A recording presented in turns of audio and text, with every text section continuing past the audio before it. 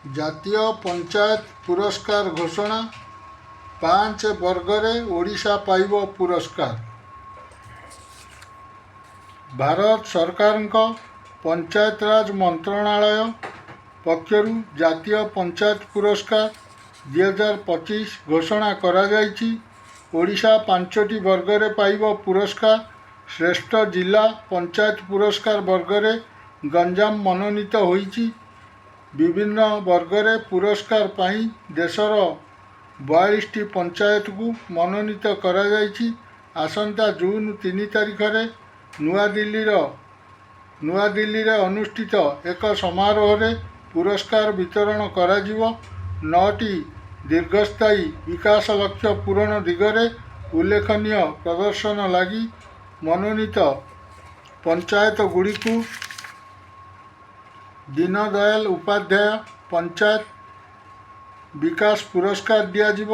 17ଟି ରାଜ୍ୟ ଓ କେନ୍ଦ୍ରଶାସିତ ପ୍ରଦେଶର 34ଟି ପଞ୍ଚାୟତକୁ 3ଟି ବର୍ଗରେ ଏହି ପୁରସ୍କାର ଦିଆଯିବ। ସେହିପରି ଶ୍ରେଷ୍ଠ ଜିଲ୍ଲା ପଞ୍ଚାୟତ, ଶ୍ରେଷ୍ଠ ବ୍ଲକ ପଞ୍ଚାୟତ ଏବଂ ଶ୍ରେଷ୍ଠ ଗ୍ରାମ ପଞ୍ଚାୟତ ବର୍ଗରେ ନାନାଜୀ ଦେଶମୁଖ ସର୍ବୋତ୍ତମ ପଞ୍ଚାୟତ ସତତ ବିକାଶ ପୁରସ୍କାର ପ୍ରଦାନ କରାଯିବ। ପୁରସ୍କାର ବିଜେତା ପଞ୍ଚାୟତଗୁଡ଼ିକୁ ପୁରସ୍କାର ରାଶି ସ୍ୱରୂପ 5 କୋଟି ଟଙ୍କା ପର୍ଯ୍ୟନ୍ତ ଅର୍ଥରାଶି ପ୍ରଦାନ କରାଯିବ। ଜାତୀୟ ପଞ୍ଚାୟତ ପୁରସ୍କାରରେ କର୍ଣ୍ଣାଟକ ସର୍ବାଧିକ 6ଟି ପୁରସ୍କାର ପାଇବାକୁ ଯାଉଥିବା ବେଳେ ଆନ୍ଧ୍ରପ୍ରଦେଶ ଓ ଓଡ଼ିଶା 5ଟି ଲେଖାଏଁ ବର୍ଗରେ ପୁରସ୍କୃତ ହେବେ।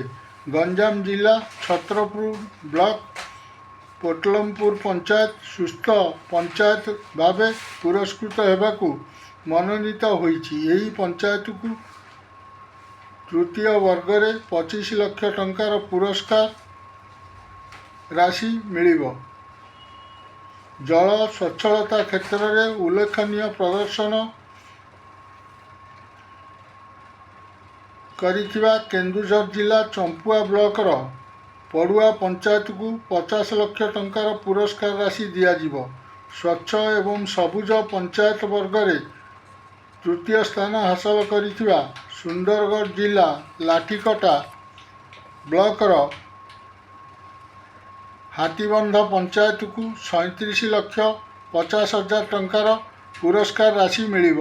ଅପରପକ୍ଷେ ଗଞ୍ଜାମ ଜିଲ୍ଲା ପୋଲସରା ବ୍ଲକର ମନ୍ଦାର ପଞ୍ଚାୟତ ସାମାଜିକ ନ୍ୟାୟ ଏବଂ ସାମାଜିକ ଦୃଷ୍ଟିରୁ ସୁରକ୍ଷିତ ପଞ୍ଚାୟତ ଭାବେ ଜାତୀୟ ସ୍ତରରେ ଦ୍ୱିତୀୟ ସ୍ଥାନ ହାସଲ କରିଛି। ଏହି ପଞ୍ଚାୟତକୁ ମଧ୍ୟ 37 ଲକ୍ଷ 50 ହଜାର ଟଙ୍କାର ପୁରସ୍କାର ରାଶି ଦିଆଯିବ।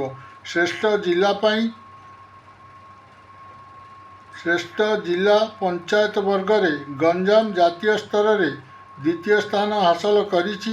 ଏହି ପୁରସ୍କାର ବାବଦରେ ଗଞ୍ଜାମକୁ 3 କୋଟି ଟଙ୍କାର ପୁରସ୍କାର ମିଳିବ।